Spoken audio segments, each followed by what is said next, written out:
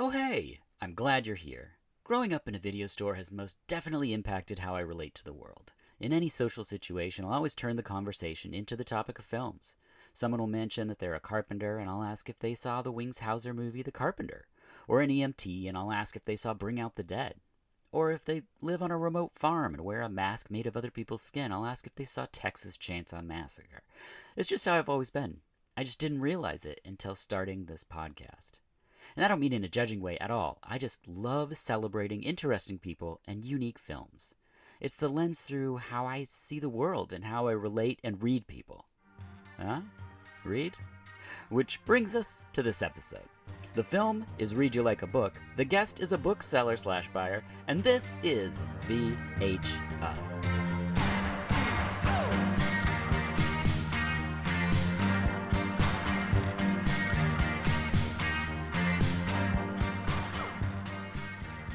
Hello, and welcome to VHS, the podcast where each episode is about a film and the guest has the profession portrayed in the film.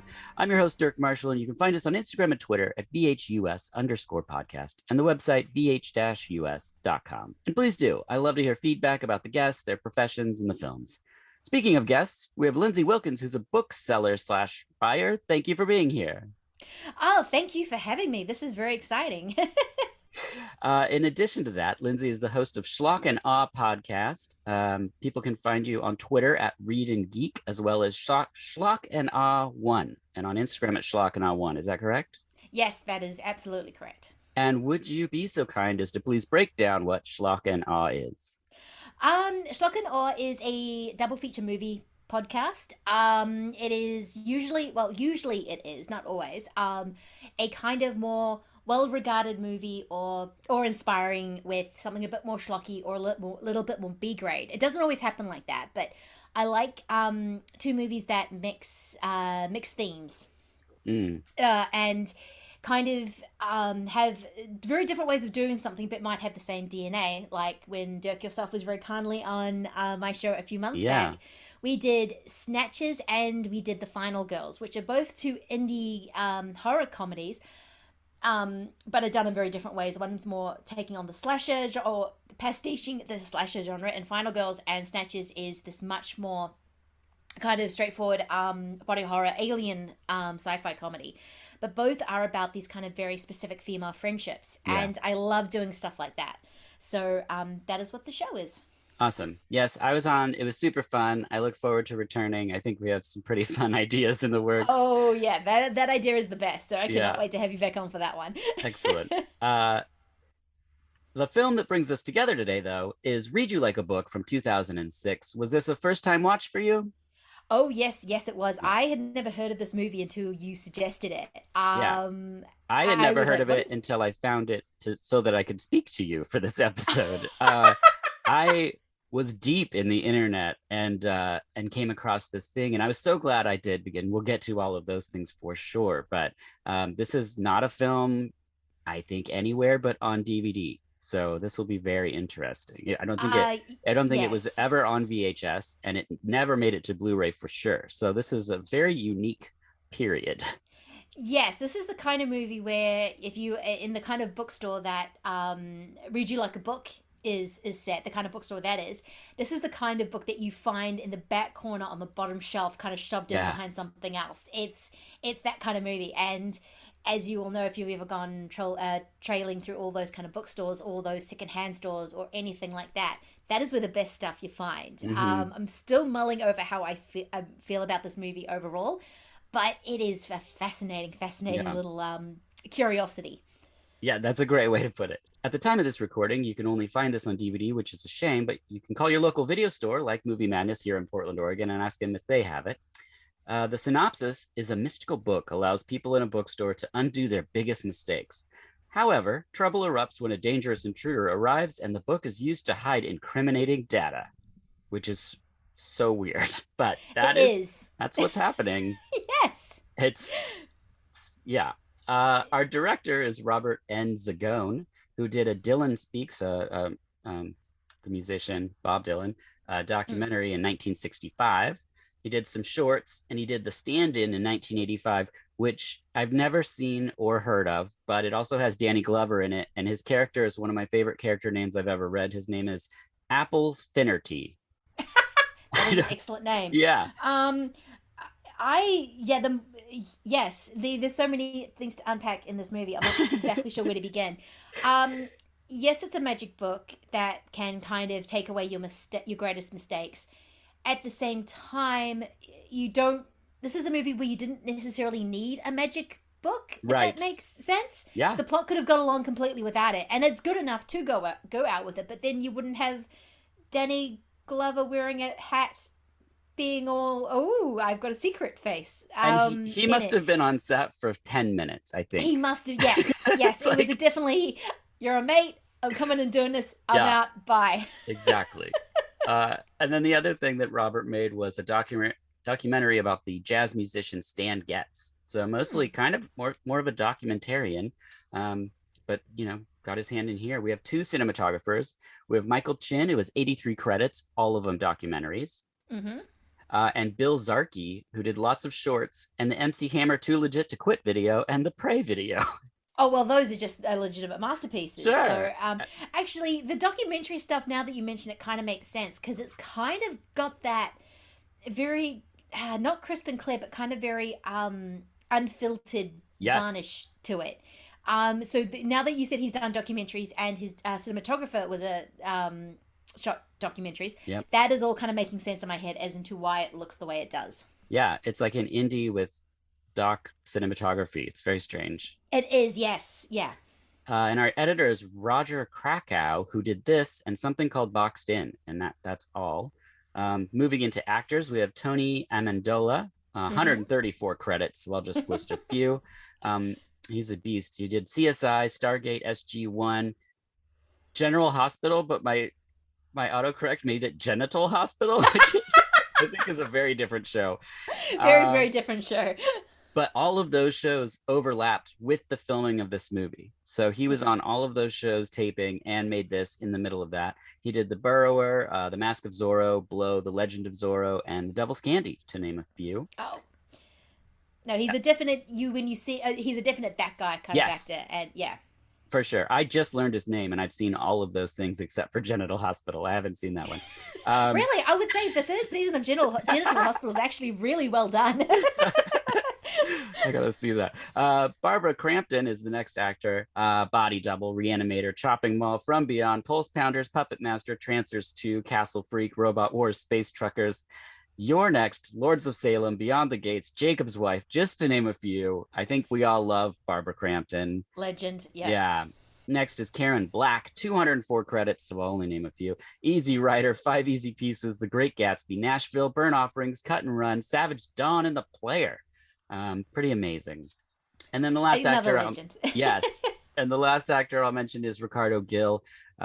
He is the little person in the film. He was in Snow White 1987 with Billy Barty, Cherish, Epic Movie, and Ginger Dead Man 2, The Passion of the Crust. But I think he's excellent in this, and there aren't enough roles for little people that isn't all about a person being a little person. It's and the thing that I really appreciate about this film, and we'll talk about all of that, but is that some of these actors are often in horror movies and are screaming or covered in blood or whatever. And in this, more or less, they're normal people. And I think it's so fascinating to get that range from these actors. It really is. It's kind of got the sensibility of, I guess we get into it, this like dream bookstore where all the people who visit it are kind of these outcasts or these kind of usually would be outsiders maybe, and they are just regular people within this environment, which is actually really refreshing to see, because you're right. I kept waiting for the little person joke or the something like that to happen, because it's always in those movies. Yeah. And this wasn't. He was just a guy who worked in a bookshop who liked conspiracy theories, and that was his character. So it was kind of just nice to be able to go, oh, I don't have to worry about this joke coming up. It's right there. And it's a great point you made about the outcast situation, because I spent a lot of time, not so much in bookstores, but definitely in like used record shops, crawling around, digging through record bins.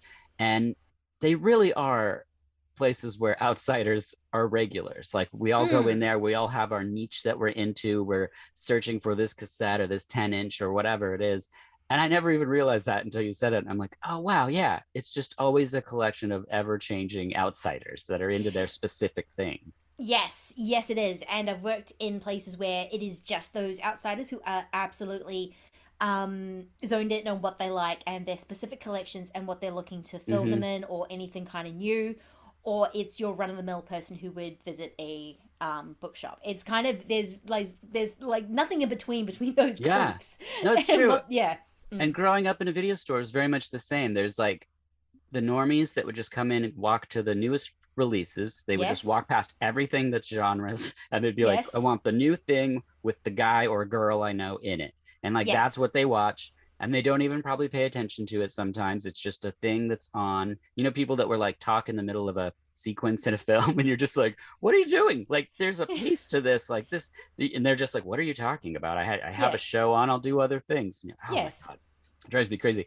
And then there's people that go straight to the back, and they go right to whatever, the horror or the sci-fi. And they look on that bottom row for that weird movie that like is just there because it's got to fill space, you know?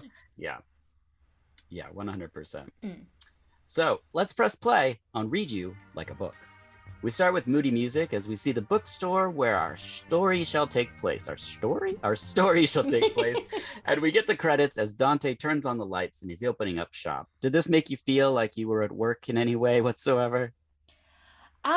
No, it's a little bit too whimsical because usually I have a coffee in one hand, about 3 bags in the other, and I'm trying to juggle everything. So was a bit more calmer than I'm used to, and because I'm always running late. There's other moments that I definitely felt, oh, I know exactly what this is. This was a bit more, because the movie's trying to set up this place as a place of wonder. Yes. And because I think I've worked in bookstores just too long that I don't go in and go, oh, I'm lucky to work in a bookstore. I have to remind myself that. This is a place where not everyone gets to work, because I'm usually like, okay, crap, I've got to order this, I've got this appointment, I've got this.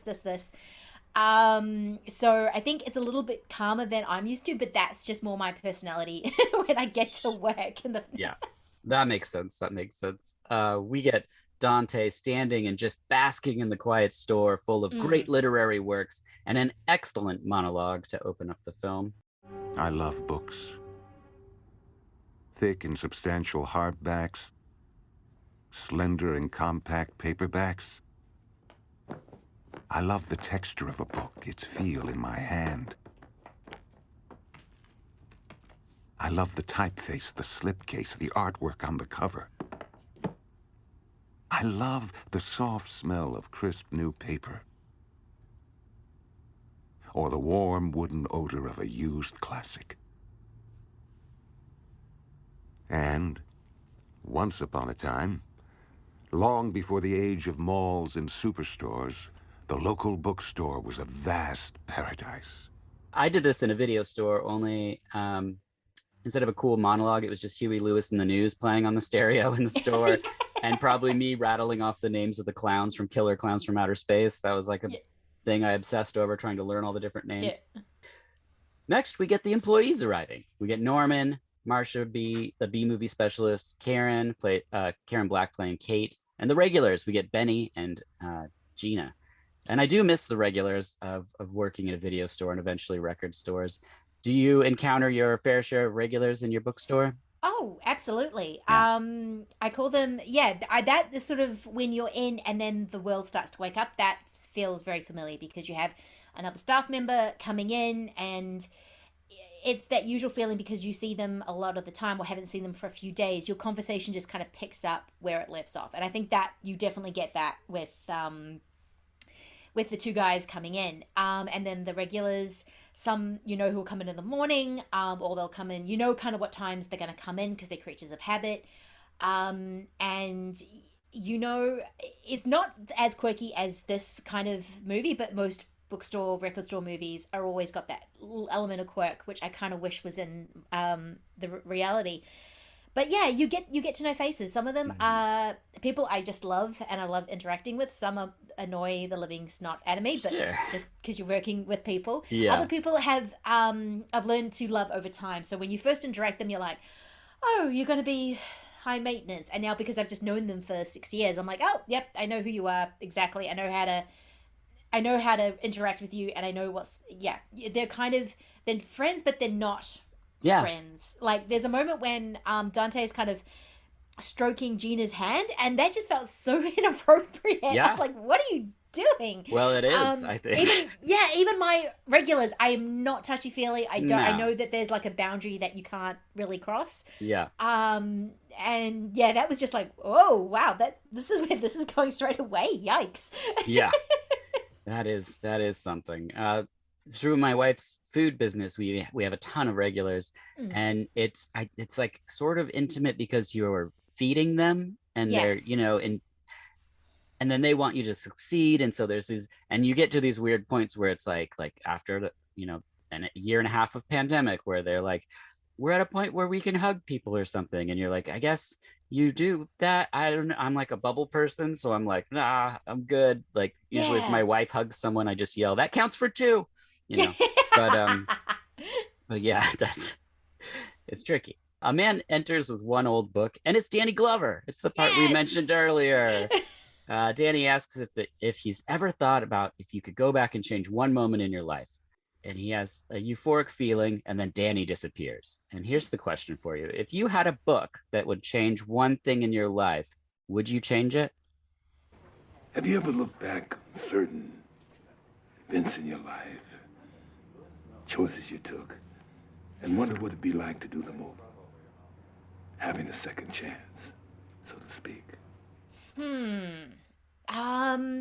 I think my first reaction is to go yes, but then I know that it would change everything. So it's very much a be careful what you wish for. And I wish the kind of movie went into that a little bit more. But yeah, my biggest kind of regrets, I know I can't go back to, because then I wouldn't have the life I have now.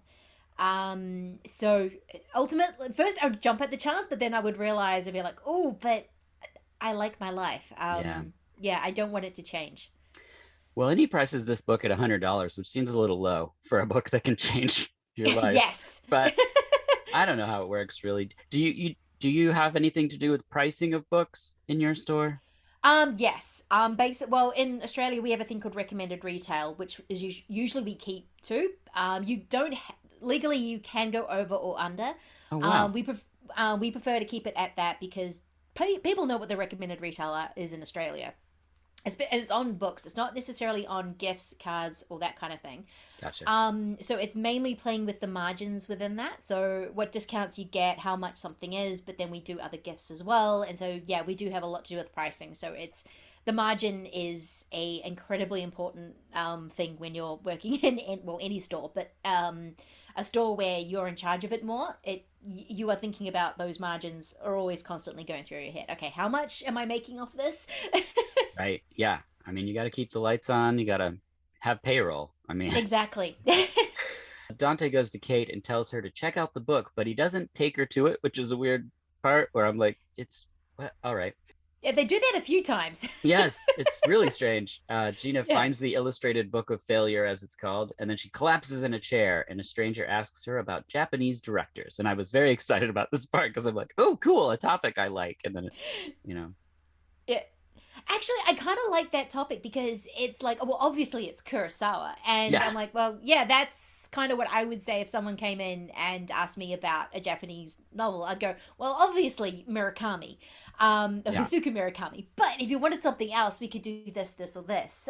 So the trick is that you mention the most obvious thing to sort of see where the person's gauge is. If they haven't heard it, if they haven't read Murakami, then I'm like, oh, well, read friggin' Murakami, or my next question, how strange do you want to get, kind of thing. So it's kind of a good way of, it's actually a good tip for when you're engaging with someone and you don't know what their taste is. You either ask what they like or ask what you think the most obvious choice is, and then you can go from there. So yeah, I like that. Yeah I wonder what the top selling Murakami book is. It generally, I can't think of the top of my head. I know for us, generally, it's probably Wind Up Bird. Yep. I was going to say the Wind Up Bird Chronicles is like, yeah, probably... Yeah, but Norwegian Wood does really well as well, because I Okay. think a lot of people want to start with that, because a lot of people go, oh, I've heard he's weird. And then you go, okay, well, read Norwegian Wood, because you're going to get a taste of that, but you're not going to go into the full Right. person sitting in a well kind of Well, that's thing. a great example of like what you do. Mm.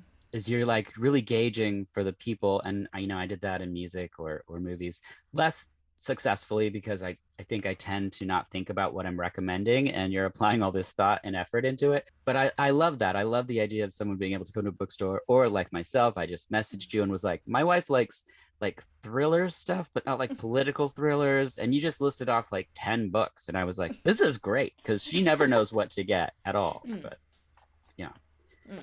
it's a good skill set to have. So thank you. You're welcome. Next, we see Barbara Crampton, who's meeting a man at the store, and she removes her underwear and drops them on the book. Very Barbara Crampton, Yeah. before she got her second wave, because this is before Yeah. You're Next, isn't it? Yeah. Yeah. I was so happy to her and Karen Black. I think this cast is Yes. phenomenal. Is Agreed. just amazing. And when I saw it, she's on the poster. She's in the credits, and so but when she turns up, I'm just like, yeah, very happy to see you. And she does have an interesting arc, and I think for Yep. what she's kind of given, she gives a really great performance actually. Yeah, I believe her and Karen Black are, I mean, no offense to Tony, but those are the two actors that I say find this movie, because I believe Barbara Crampton does a great performance, and Karen Black in a role that I've never seen her in. Yes. With the time she spends with the child, which we'll get to, it's just wonderful. It was nice to see her being. I love Karen Black, and Sure. though my favorite Karen Black performances tends to be when she's going big. Of course, yes. And so to see her be kind of quiet and warm was actually kind of a delight to see, because it's not a side I've generally seen her in, but I have not seen all of her 200 credits, so Right. I need to get on that. Yes.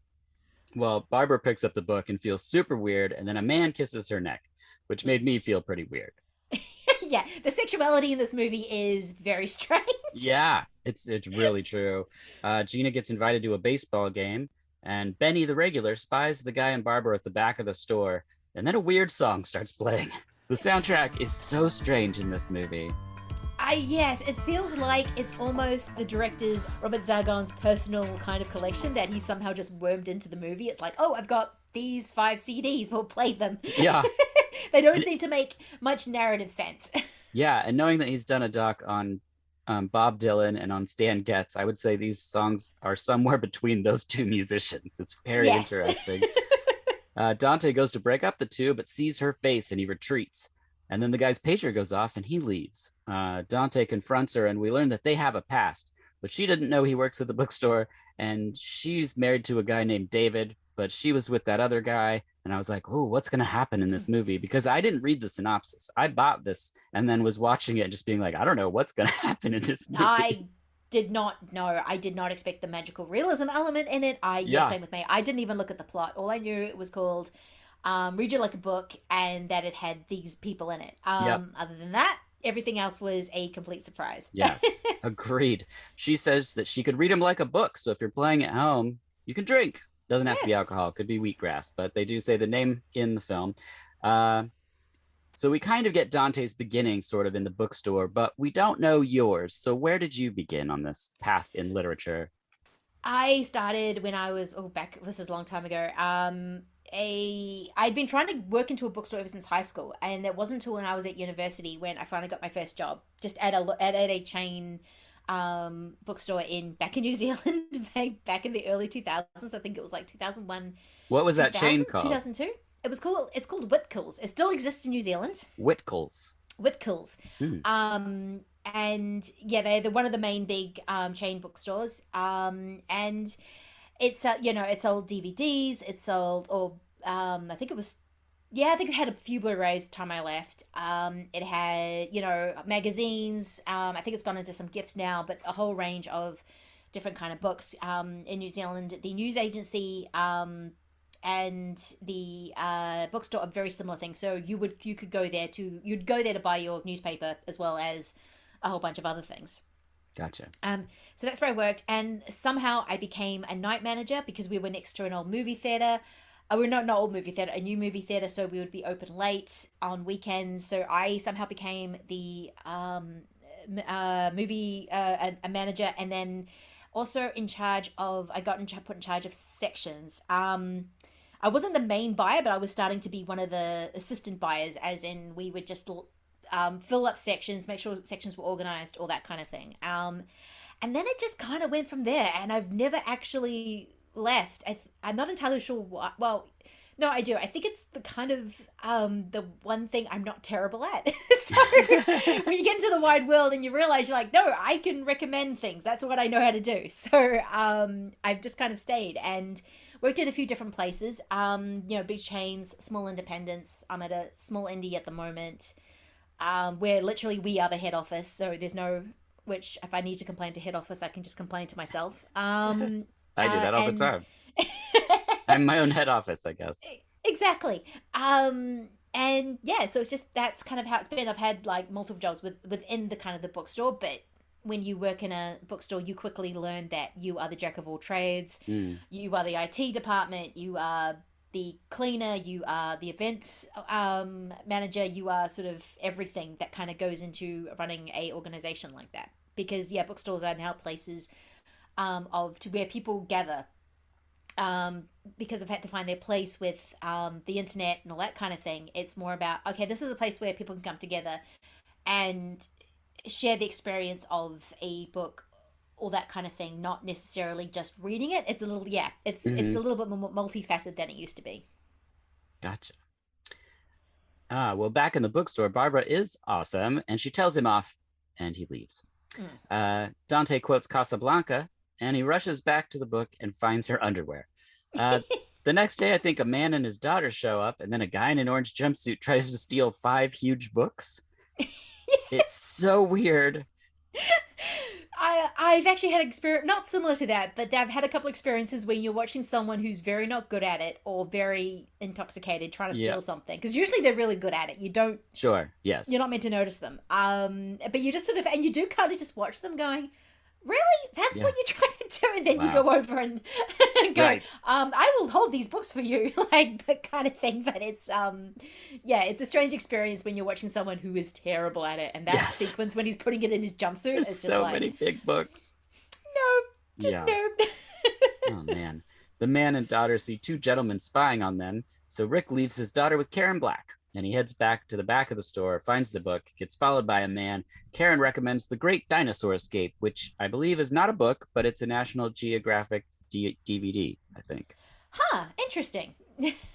I did not know that. Yeah, I didn't really... I was sort of more concerned about the other books that were on the rack. Yeah. Than what Were you looking at other books while you were watching this film? Oh, I didn't even think about that. I was like, oh yeah, Clifford, yep, that book, yeah, that book. Oh, that's great. Well... It means it's time to play a game, so I hope you're ready to play Eric Roberts movie or Danielle Steele novel. Oh, excellent. Yeah, I can honestly say this is possibly an impossible game, seeing as how Eric Roberts has 637 credits, and Danielle Steele has written over 190 books. Yeah, I was going to say, she's written, 600? But no, that's probably more realistic. But she brings out 1 or 2 a year. I'm just like, oh, okay, yep, let's go. It's unbelievable. So listeners, we want to know your scores. So if you're playing along at home, please reach out to us on Twitter or Instagram, VHUS_podcast, or even on Facebook, because this is going to be tough. But let's see it's going to be really tough.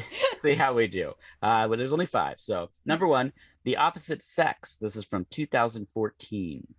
I'm going to say that's an Eric Roberts movie. Correct. Also starring Mina Suvari and featuring Joey Fatone as a delivery guy.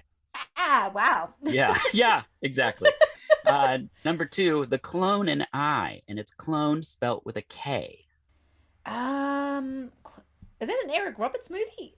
This is tricky. It's not. It's Danielle Steele's 42nd novel, and it hit number 2 on the New York Times bestseller list about a woman who divorces a man only to meet his clone. Clone and I, for everyone wanting to check that out.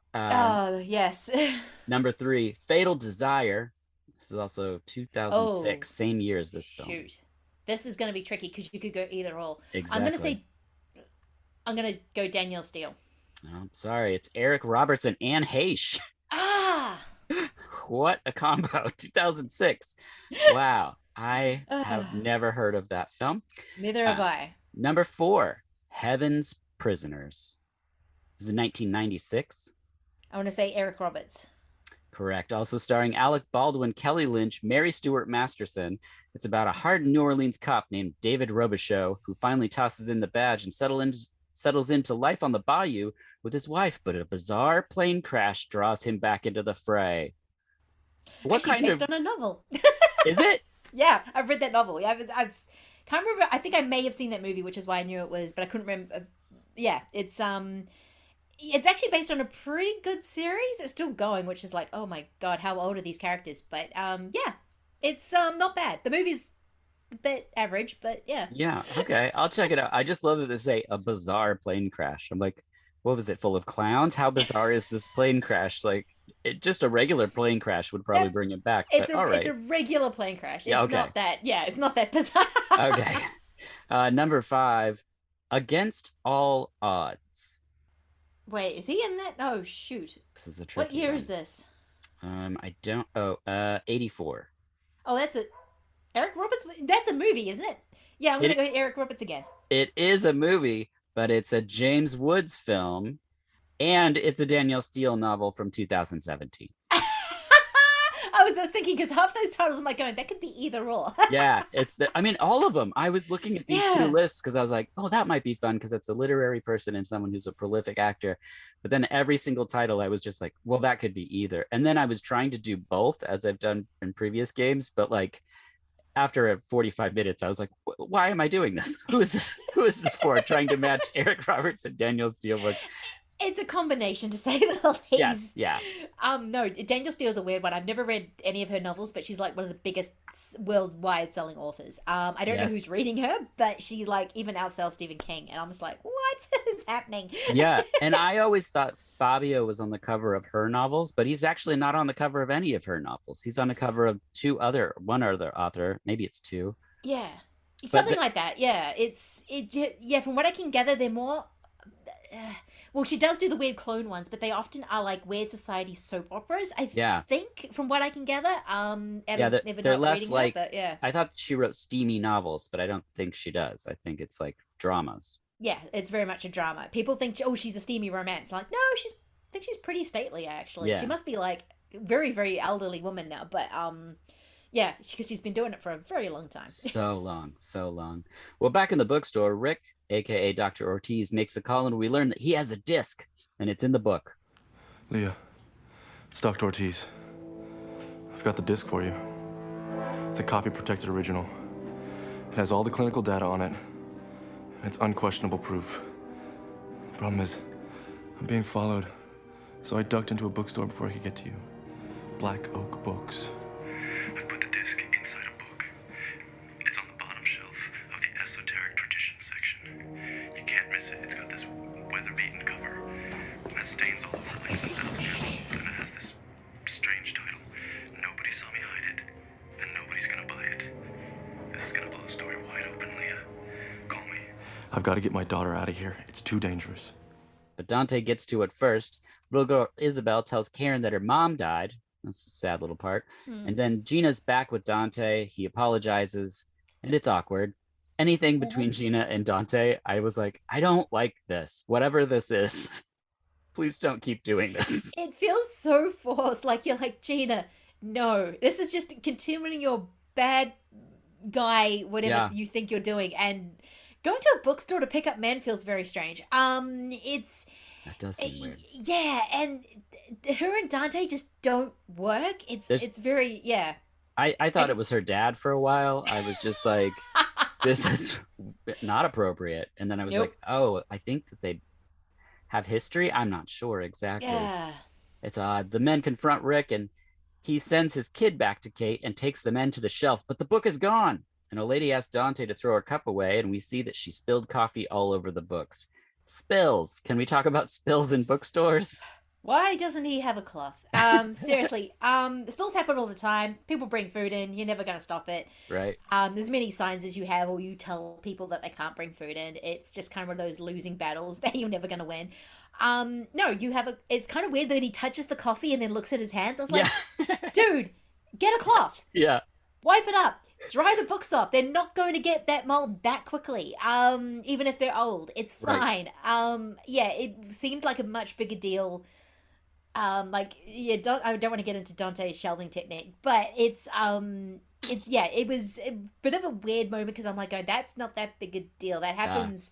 You just clean it up. Like the amount of times I've had kids drop something, It's just the fact that I'm just like, where is your cloth?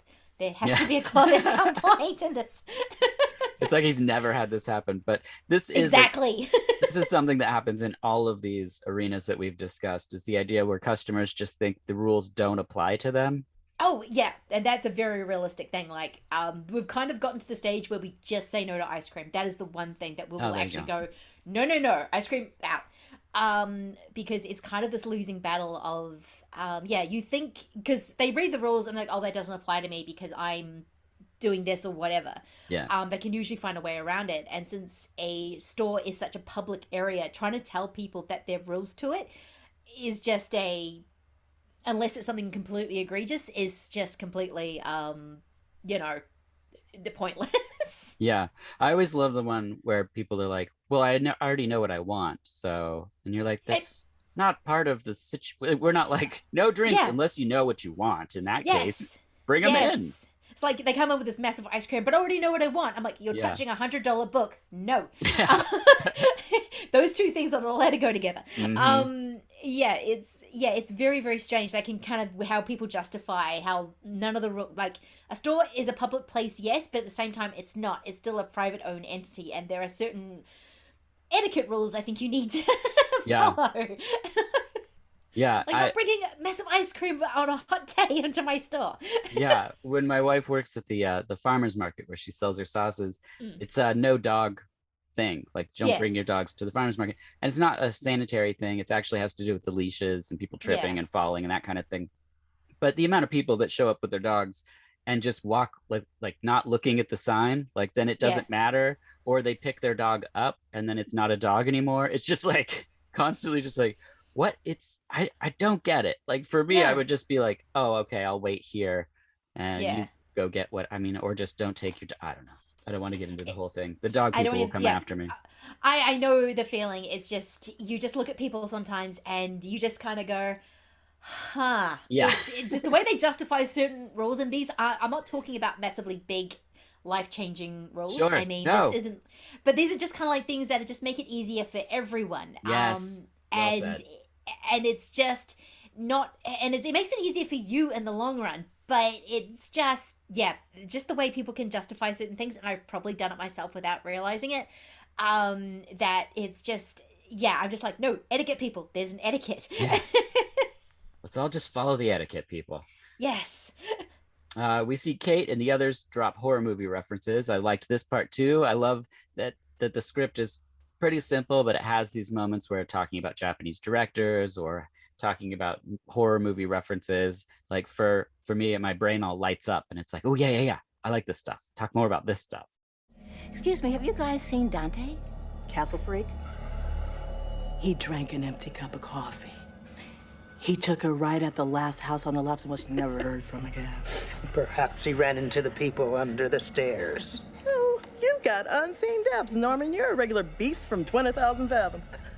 Well, if you see the creature walking amongst us, tell him I'm looking for him. Whoa. That was pretty damn good. Mm-hmm. Yeah, and because I didn't kind of get really involved in that till like past 2010, especially with Argento, the fact that he got a reference, I was like, oh, someone's referencing Argento in 2006. Yeah. That feels, for my world anyway, that feels relatively new. But he's been obviously around because he was making movies back in the 70s and 80s. But it's just, it's like, oh, this is, I like this. Yeah. This is great. I'm the same. I grew up around all these movies, around Argento and everything, but I wasn't a Fulci kid. There was something about the Italian horror stuff. maybe a lot of the foreign horror stuff from not from the States, I was outside of it. And it wasn't until like later on where I think I got enough of the language, like you talked about walking someone into a writer or author. Sometimes you need that little bit of a blueprint, so you're not going to slip out of it. You're like, okay, I think I get this, and then you can delve a little bit deeper.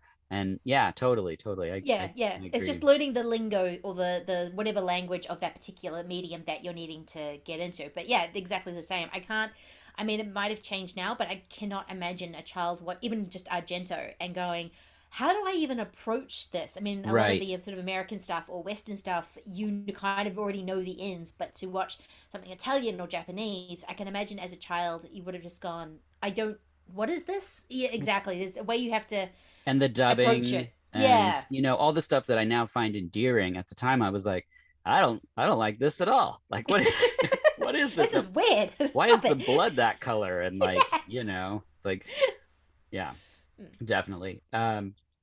Kate talks to Rick and he says, if I didn't like long stories, why would I work in a bookstore? Do you like long stories from customers? No.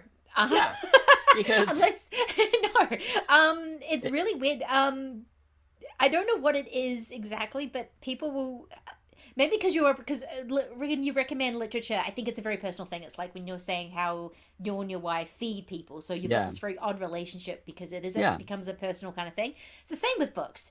You're recommending something very, very personal. So people will just start telling you all kinds of things, and they can be very long-winded stories. Yes. I'm not the best, even though I can be very long-winded myself, if you haven't noticed, but it can be, I can get very annoyed by it. I'm just like, okay, just get to the point. What do you want? A little bit. I have to remind myself of like, oh, this is new for someone. But yeah, I'm not the biggest fan of long-winded customer because they will always sometimes think that you have the same views as them instantly, and it's like oh no, I know, okay, this is gonna get into some interesting territory. Yeah, they're like, do you have Mein Kampf? Because I need to I am aware of the situation. I don't like it, and I also cannot help myself so often that I'm like, if I went into a bookstore, you'd be like, what can I help you find? And I'd be like, so my friend, he told me about this book, and I was like, that sounds pretty good. We were listening to this record, and anyway, and the person just be like, can you just name the book you're looking for? But like my brain starts in a totally weird place, and then we'll eventually get to the right about when their eyes glaze over is about the time when I don't know what it is, but my wife will just be like, wow, have you talked to anyone recently? And I'll be like, no. No, usually it's because people don't remember the title, so they're trying to work out all the information they have before they can give you it. And so you're just like going, okay, I'm starting at this point and I've got to get to over here. And it's mainly because I don't think they quite remember what they're trying to say.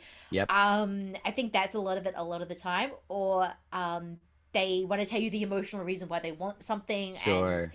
And yeah, it can be a little bit, I want to create a bit of a distance, and you can't always. Yeah, I didn't ever realize this, like how much the bookstore and the video store is the same, because you'd have the person come in and be like, I'm looking for this movie and it has this guy. And oh, yes. he like kind of knows a horse, and you're like, what? Like, okay, what else happens in it? He's like, well, it's in color, and you're like, oh no, like we need more than this. It's got a blue cover. I'm like, oh, I need more than this. Yeah. Or like when back in the early 2000s, a lot of the time you'd get this. I saw this on the internet, and I'm like, oh, okay. It's even back in 2002. It was still a very large place. I think you need to narrow this down for me. Yeah. Oh my gosh. Next, Rick straight up tells her everything, but half in Elvish and half in French. And I thought this part was really great. And it's one of the reasons I always tell people to seek out these indies, because they do very creative things. Just once in the film, this happens where he's talking in Elvish and French. And then Karen is amazing in the sequence, by the way. Oh, but she's amazing. Yeah. Then when the guys are spying on them and speak, there's subtitles in the film. It goes into French. It's like, wait, what? And then they drop it. It's only there for that one sequence. But like, man, it's those things that it ticks the box in my brain where I'm like, I love that I saw this. I mean, I know that this isn't going to be like everyone's favorite movie, but man, it just makes some choices that I just go, yeah, that's the thing. It did this a couple of times, and yeah, especially that particular sequence, I really loved it because this movie kind of reminded me of, now I don't mean this in a bad way, I just mean this is in how I felt about it. Like, it was almost like Albert Pujols' first movie. Oh, okay. But the director didn't quite know what order he wanted to tell things in, so it's kind of a little bit all over the place. He's really trying these kind of really quirky, imaginative things within it. It just doesn't necessarily all fit together, and I don't know why Albert Pujols popped into my head. Just because I think he's just got this really imaginative way of telling whatever story. Yeah, what was that his he has at his first movie? disposal. Actually, I don't know. This is what I imagine if he wasn't doing like genre, this would be his first movie. Yeah, but, I think that's a great example. I've seen so much of his movies, but he's a director that I'd seen probably 5 movies or something before I started noticing the name. Yeah. I think know? I only started. I think I watched my first Albert Pujols like maybe it was last year. I don't know. Time is meaningless at the moment. Yes, true. And because it was Nemesis. Oh yeah, Oliver Gruner. Yes, and it was just such a, like, I didn't know what to make of it. It was just like this, I don't know what to make of any of this, or how to take this in, or how to even approach it, as again, like, I didn't have the cinematic language in me to go, what? And now I keep going back to him, because I'm like, I'm going to figure this thing out. Then Dante says, weird things like this happen at a bookstore. Do weird things happen in the bookstore? Not that weird. I've never had some corporate espionage thing happen, right? That I've noticed. Though I'm a bit like, I can't remember her character's name, but Sean Laundrie, who just kind of misses everything. Like, if something's happened, I'm like 2 minutes later, oh, what was that over there? And then nice. A little bit, but I mean, I've had the odd couple fight. I've had that kind of thing, but I've never had anything that particularly strange happen. Yeah, and then they list off things found in books, and I like this idea. Have you found any weird things in books?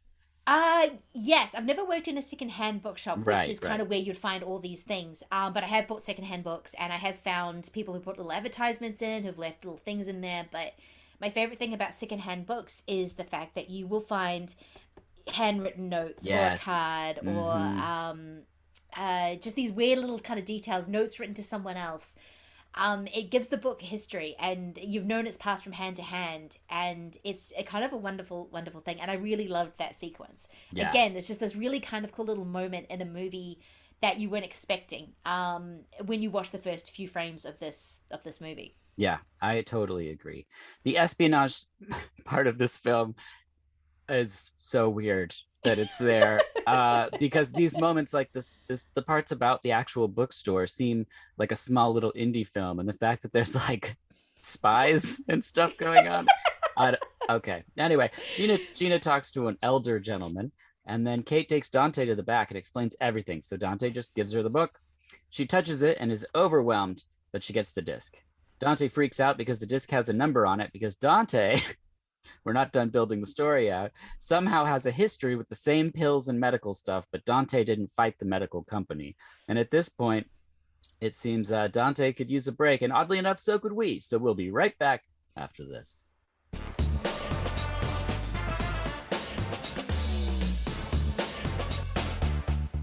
Oh hey, I was just deciding what to make for dinner tomorrow. How does maitake tacos with a porcini mushroom dipping broth sound? Or savory green chili corn cakes with an arugula salad? Well, how about roasted root vegetables with a habanero béarnaise sauce? Nah, I think I might go with a baked gnocchi and a carrot top pesto. But no matter which I choose, these and much more can be found at marshallshotsauce.com. That's right, the same place you'll find sauces like smoked habanero barbecue, serrano ginger lemongrass, red chili lime, and habanero carrot curry, to name a few. You will also find many creative, delicious recipes on how you can cook with each sauce. And every recipe is made with minimal ingredients and simple techniques written by Sarah Marshall, who also makes and bottles each bottle of Marshall's Hot Sauce. Plus, she just launched a new line of spice blends. The barbecue rub, by the way, is amazing, and the taco seasoning will melt off your face. Plus, her new edition of her cookbook canning guide, Preservation Pantry, is out now. Look, if you want to make your own awesome hot sauce and pickles and more, pick up Preservation Pantry. So head on over to Marshall's Hot Sauce, that's Marshall's, HAUTE sauce.com, and at checkout, enter VHS Podcast for 20% off. That's right, 20% off just by entering VHUS Podcast, one word, at checkout. Okay, back to the show.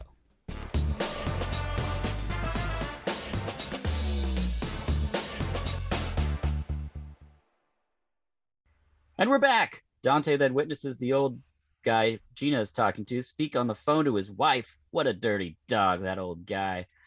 Also, why is all this happening in a bookstore? So I don't know. It's so strange. It's like, I was just like, oh my God, everything's sort of happening at once. And I know Gina's like a freelance editor, but she has to go to work at some stage, or maybe this is her day off and she just likes hanging out in the bookstore. I don't know. These people don't have jobs. They don't. They're only there. I think Buddy never leaves, I don't think. But no, I don't think he does. Yeah. And then we have open mic guys show up, and they ask if he wants a hand mic or a stand for the reading. Does your shop have readings? Yes, we have, one's more of a stand in the market, but we have 3 altogether.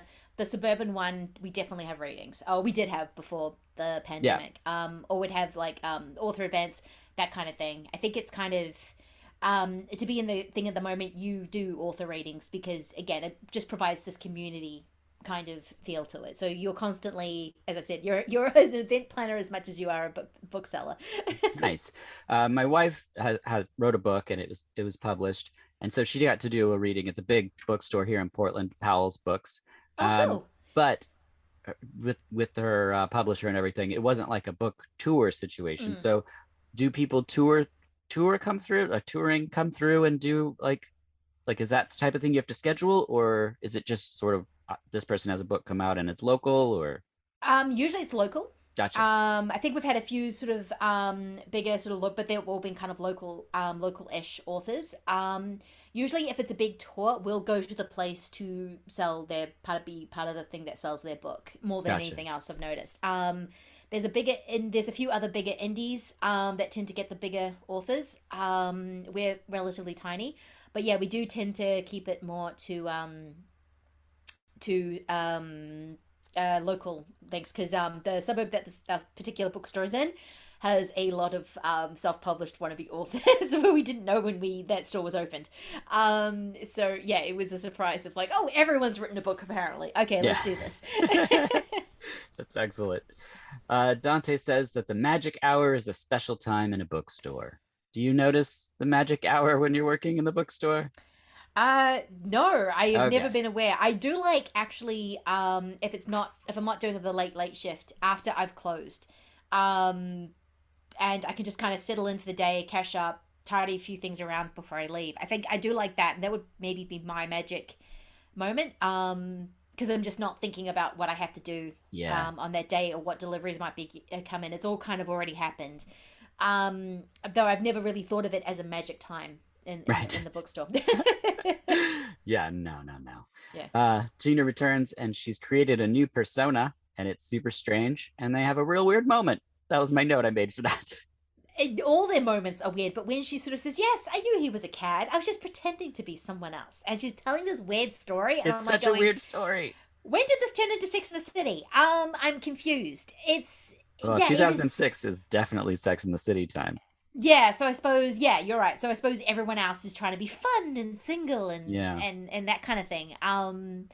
It's such a weird... Every time those two have an interaction, I'm just like, no. Yeah. No. Yeah. It's just weird. It's very strange. An FBI guy arrives because and needs to check their records. The FBI says that terrorists have been frequenting the store to learn chemistry. No.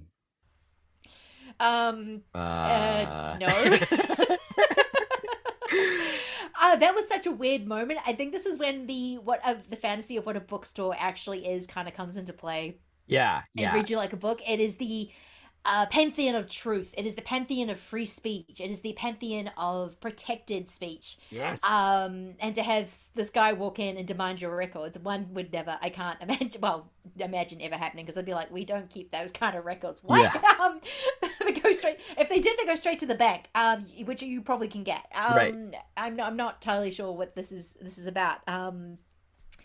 And it's yeah, and it's just this kind of weird thing. And then he gives this big speech about protecting books, protecting literature, Yes. all this kind of thing. And I think that's very much the fantasy of what people think a library or a bookstore actually is. I think it's a really nice fantasy, and I think it's mostly true.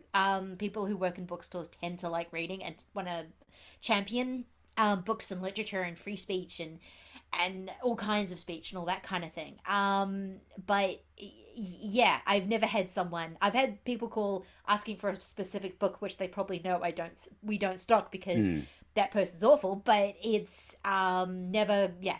I just like, oh, this is where bookstores are magical kind of thing comes into it. Yeah, it certainly does. And it's time for the reading. So we see everyone arrive and sit in their collapsible chairs. I love these sort of indies where it's like, oh, it's all the characters that we've seen up till this point in the film. They're all at the reading. Like we know every character that's there. There's not like, I just love that. Suddenly Dante enters and he starts to break the story, but the men grab him and JJ McTeague gives him back the floor so he can continue his speech. Suddenly everyone has discs and and then I like that moment actually. Yeah. And then Benny collapses, and I thought he was faking it, like he was just like a distraction or something. But no, he's had a heart attack, and he goes to intensive care. Rick says he doesn't want to risk the store, so he leaves. Marcia and Norman say storm movies as they're leaving, and a storm's rolling in. And I was like, gosh, I love these two characters. I wish we had less of Gina and Dante and more of those two. They were great. I wish I had more of those two because they were fun. I could just have followed them around the store for most of this movie. Definitely. Kate leaves. Dante asks Gina to take a book to Benny. Then she's gone and we're back with Dante alone in the shop. And I was like, oh, this is the end of the movie. Nope. But wait. No, he reads from Chekhov and quotes two other books and then I wrote that this feels like the end. But then there's a voiceover that gets interrupted. Barbara's back. She shares her regrets. The book had shown her what she needed to do to return and change it, and she's with him. But he doesn't make a move on her. Instead says, next time, bring the kids, which I was like, oh, thank you for this like sweet moment where he's realizing that he doesn't want to mess up her life and that he wouldn't help her in any way. And I just was like, oh, she's going to bring her kids and they'll start a different way of knowing each other, which will be nice. It will be nice. It was kind of a nice way of ending it. So now he can just keep being inappropriate with Gina, but it's this kind of it's kind of a nice moment of realizing that they had a bad breakup, and realizing that they can move past that now and they can at least be friends, and she can bring the kids to the bookstore, they can be friends or friendly, and they can at least that moment is them both putting past behind them because. I think before that, you do get the sense that both of them are now living the life that they thought that they would never live, or they didn't want to be living. This was like the alternative bad reality that they've somehow found themselves in. Yeah. And now they're like, this is life is good. We can move forward from this point. I don't have to keep thinking about whatever happened in the past. Right. Yeah. I love that. He stops to read from House of Usher, and then the lights go out. And now this sequence feels like a horror movie. It's such a weird turn. He gets a flashlight, he investigates, there's tense music.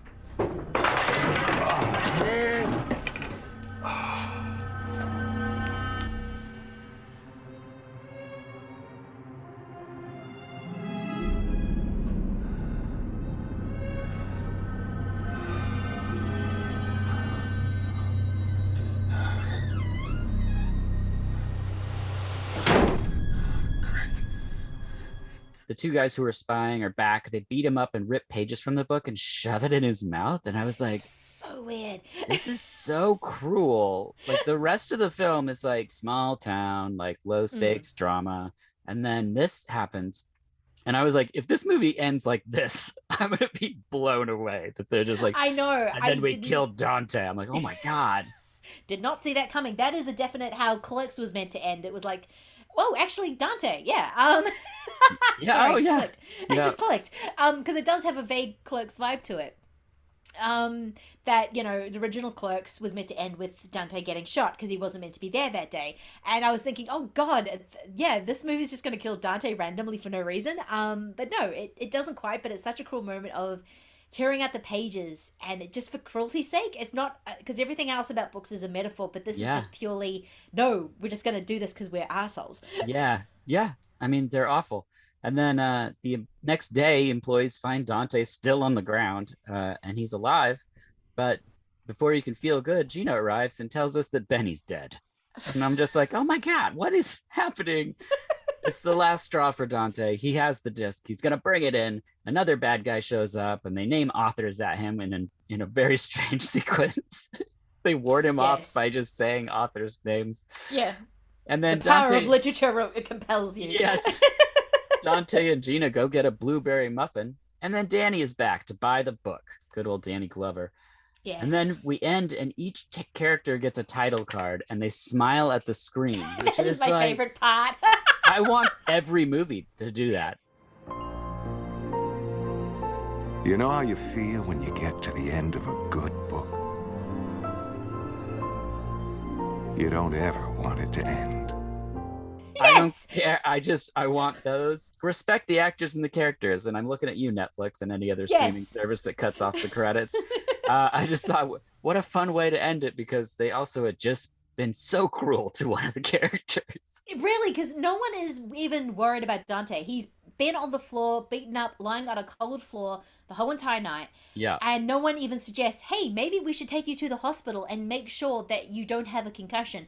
No, it's Benny's dead, everyone's sad, let's go get a muffin. It's a very strange ending.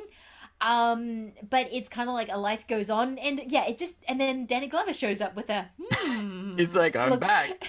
I'm back. Look on his face, and then the movie ends. But no, I do love the characters just kind of smiling at the camera, because even the smaller characters were only in it for 5 minutes, which I really loved, because it's just this really sweet way of ending this, and perfect way of ending this very strange movie. Yeah. You know what I would love is if Quentin Tarantino was like, fine, I'll tell you all what's in the suitcase in Pulp Fiction. It's this book that Danny Glover carries around. Like, that would be the best. Like when that Paul would be Rudd amazing. would go on Conan O'Brien, and he'd always play a clip from a movie, but it was always a clip from Mac and Me. Mac and Me. And I would just love it if Tarantino just trolled everyone with the movie Read You Like a Book. And everyone's like going, what is it? Because at least with Mac and Me, people sort of vaguely remember that from their kid and what thought they were renting E.T., but then got Mac and Me. And then this movie, they're like, what the hell was that? What is Karen Black doing in that movie?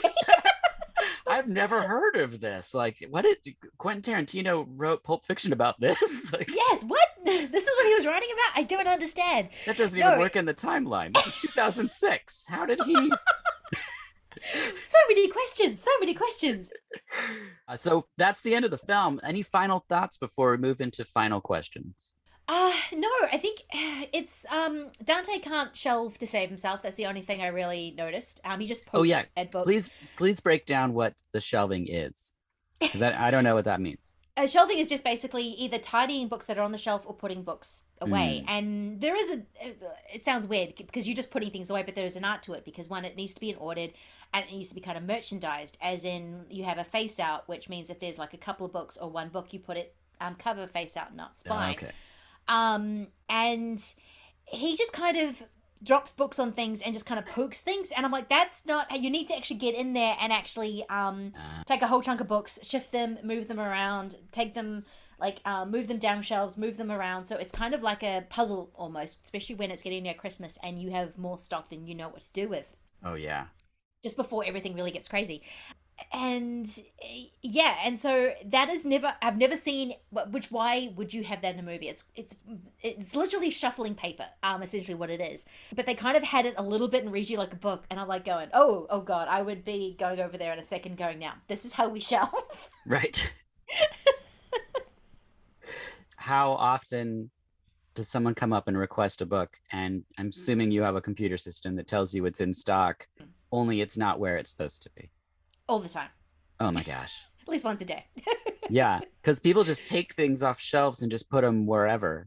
Oh, yeah. And also, if you've got newer employees, they will always not do it right. I mean, I think because us oldies who've worked in the store quite a while just kind of know it secondhand, and we don't always explain things properly because we've just taken it as almost second nature. Yeah. You know, this is how you decide what genre this is. This is how you decide kind of, you know, if it's a double barrel name, this is how you do it. And then, yeah, customers will just pick things up and put them where they're not meant to be. So yeah, that happened. That's just a normal part of the day.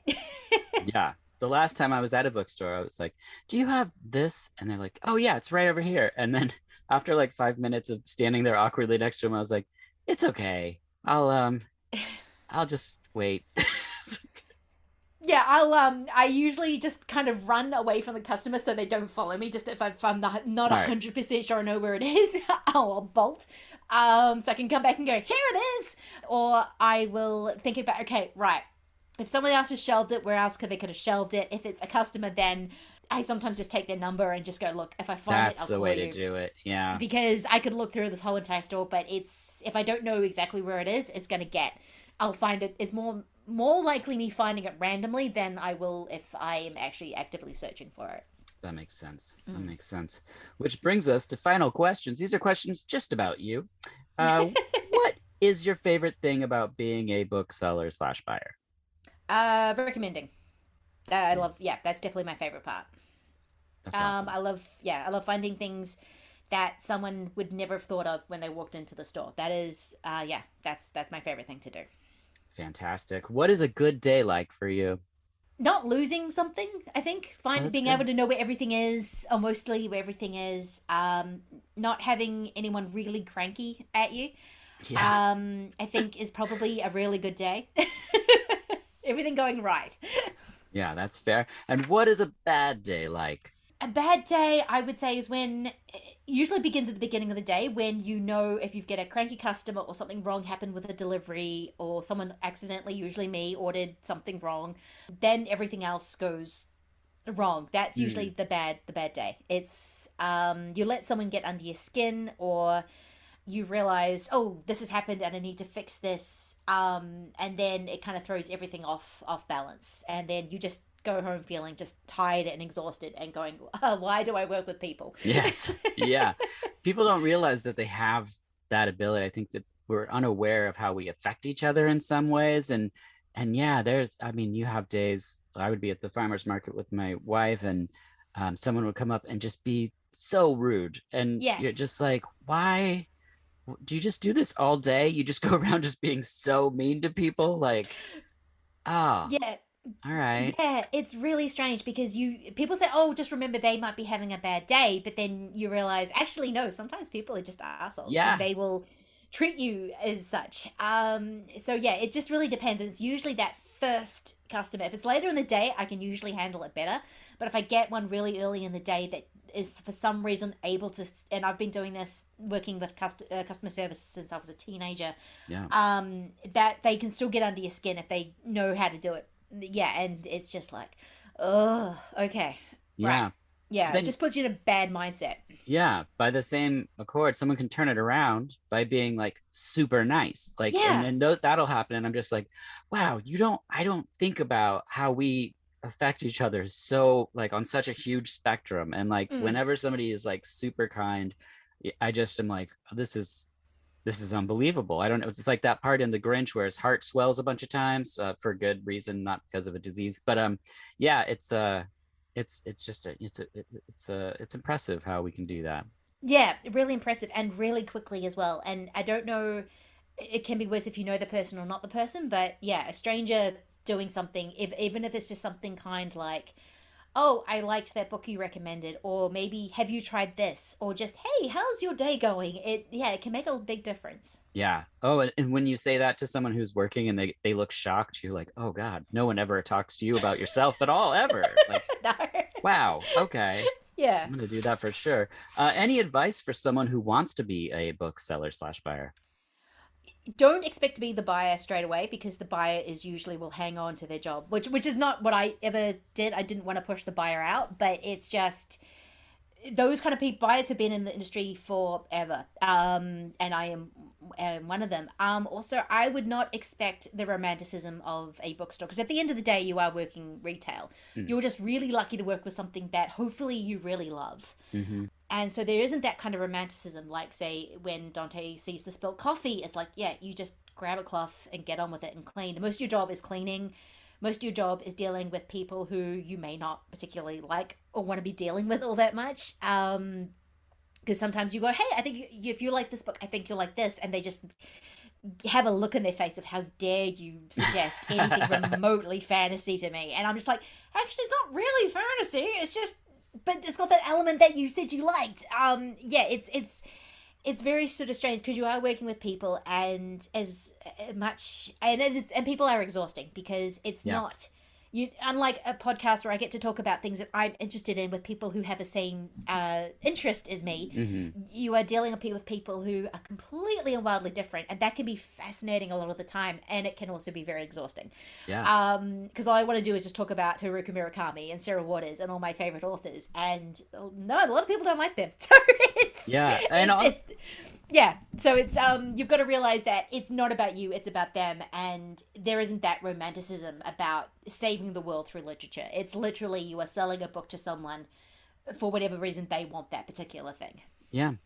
Well, and also in customer service, there's like a heightened presence that you operate on, and people don't realize that you're doing that for every single individual all day. Like they're seeing you for 5 to 10 minutes, but like you have to turn that on for every single person. Like you haven't been doing all just for that person and that person and that person. It's like you're just every person that comes up, you're like, hi, how's it going? Even though you're like, oh gosh, I wish I could leave. Like, wish I could leave and just not talk to anyone. I'm gonna go hide in the window and do something, but then they'll ask you for help regardless. If you're just doing a job that you're like, okay, I've had enough of people, I need to do this job, I'll be over here. Because in my stores there's no really back room that you can go out and really escape from. You do everything where it's in these communal areas. They will still find you and they will still ask for your help. And no matter how many books you're carrying, no how many what they're doing, you will have to stop, which is customer service. That is the thing you sign up for. That's true. It's not the bookstore, it's the customer service you're signing up for. So I think that's what I would keep in mind whenever those people go, oh, it must be so nice to work in a bookshop. Yes, it's a great job, but it's not the job I think you think it is. Right. Like, it's not okay, it's not brain surgery. I'm not that smart to be able to do something really, really intensive, but at the same time, it's not an easy job. You're on your feet all the time. Breaks are depending on very much, especially at the moment when no one's buying anything because we're all stuck at home. Your breaks can be very, very dependent on how busy you are, what's going on with the day. You don't get to have lunch at a lunchtime. It's usually either really early or really late in the afternoon. It's very, you're on your feet constantly, walking around, lifting heavy things. Books are heavy. Random bruises on my arms because I'm just constantly carrying things and bumping into things. Much like, say, my partner's a chef. You have the same thing. We're just constantly covered in bruises. Like, no, we're not being abusive to each other. We just work in industries where we bump into things. Yeah. It's a very physical job, and yes, there had been more. I'm not saying it is the most physical job. I'm just sort of saying it's more labor intensive than I think people think it's going to be. Which brings us to my final question, and it's my favorite question. Lindsay, what are your dreams like? Weird. They are very strange, especially since COVID. They've been really vivid. Almost like adventure horror movies or spy movies. I actually did have a dream where, because a lot of the times I do have work dreams where no one will leave the store. Customers just keep coming in. I'm not allowed to leave, like, ever. But I did have one where something was chasing me, but the thing I had to find was stuck in a box somewhere in a store. It wasn't my store. It was an amalgamation of about 6 different things, but it was... Was it a disc? Surprisingly not. Actually, I don't know what it was, but I had to find it quickly, and so I had to keep rummaging through boxes. It's a lot of those kind of dreams. Very action-packed, very being chased a lot kind of thing. Excellent. Well, Lindsay, thank you so much for watching Read You Like a Book and joining me to talk about it and sharing stories of your life. Oh, thank you. Thank you very much for having me, and thank you for introducing me to this very strange movie. I'm not entirely sure if it's worth a blind buy, but you can only get it on DVD, but it is... Yeah. It is a really weird surprise of a movie. I didn't hate it. I think it's really fascinating. It's fascinating. It's fascinating, and I'm so glad I actually got to watch it. Yes, of course. And I can't wait for you to bring it up to someone and have them be extremely confused about it. Yes. You're like, I wanna we work in a confuse- bookstore, watch and they're this. what? Okay. Once again, people can find Lindsay at Schlock And Awe Podcast, and please do. I'm Dirk Marshall. Until next time, this has been VH Us.